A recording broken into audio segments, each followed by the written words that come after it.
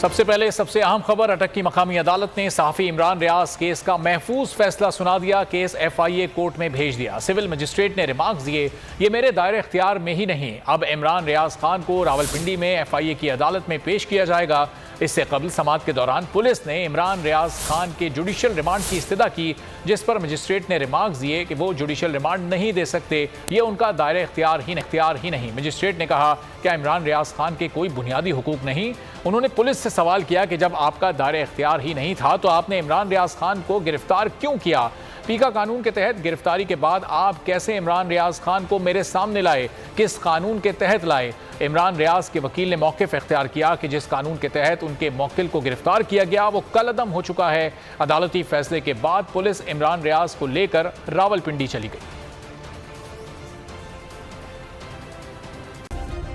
Subscribe करें और bell दबाएं ताकि कोई खबर रह न जाए।